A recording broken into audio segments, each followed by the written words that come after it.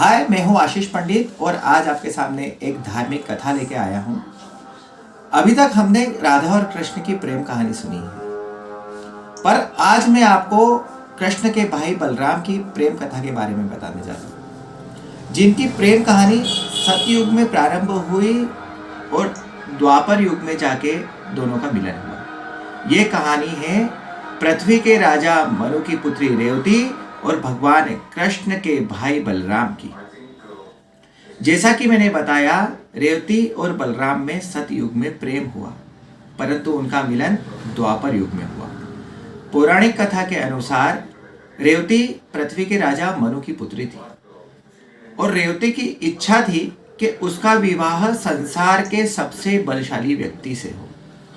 तो इसी तारतम्य में राजा मनु पृथ्वी पर सबसे शक्तिशाली व्यक्ति की तलाश में घूमने लगे। घूमते घूमते राजा मनु भगवान इंद्र के दरबार में पहुंचे और इंद्र ने पृथ्वी का सबसे शक्तिशाली व्यक्ति वायु को बताया।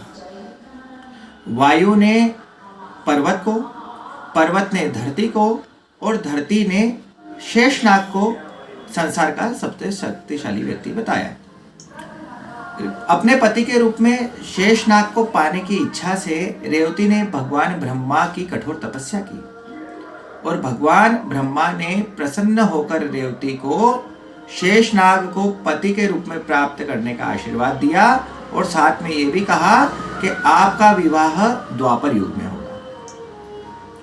पुनः रेवती का द्वापर युग में जन्म होता है और रेवती रेवतक नामक राजा की पुत्री बनती है, जिसका नाम ज्योतिषमती रहता है। ज्योतिषमती समय के साथ में बड़ी होती है और उसके पिता को पुत्री के विवाह की चिंता सताने लगती है। अपने पुत्री के लिए सुयोग्य वर की तलाश में वे इधर उधर भटकते रहते हैं और भटकते भटकते अचानक ब्रह्मलोक में पहुंच जाते हैं। उस समय ब्रह्मलोक में वेद पाठ चलता रहता है। जैसे ही वेद पाठ खत्म होता है, ब्रह्मा जी उन्हें रेवती के पुनर्जन्म की कथा सुनाते हैं कि रेवती ने इस प्रकार से तपस्या की थी और इसका विवाह शेषनाग से होना निश्चित हुआ है, जो कि द्वापर युग में भगवान श्री कृष्ण के बड़े भाई बलराम के रूप में मथुरा में विराजे हुए हैं।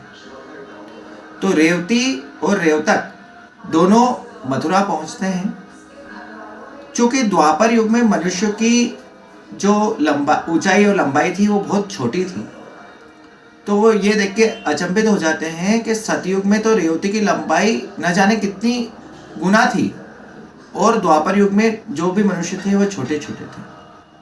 तो वो बड़े चिंतित हो जाते हैं कि अब ये विवाह कैसे हो सके। तो भी वे कृष्ण के दरबार में जाते हैं और भगवान ब्रह्मा जी की सभी बातें जो उन्होंने कही थी वे कृष्ण के सामने सुनाते हैं। बलराम जी को भी स्मरण में आ जाता है कि हाँ, पुनर्जन्म में तो मैं इससे प्यार करता था।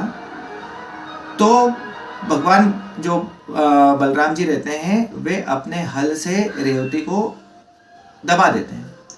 रेवती को दबाने से रेवती की जो लंबाई है वो भी द्वापर युग के अनुसार छोटी हो जाती है और इस प्रकार रेवती और बलराम का द्वापर युग में विवाह होता है और रेवतक नाम के राजा सन्यासी बनकर सन्यास के लिए चले जाते हैं।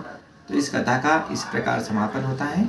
अगर आपको ये वीडियो पसंद आई है तो कृपया लाइक और सब्सक्राइब जरूर करें और अधिक से अधिक शेयर करें। धन्यवाद।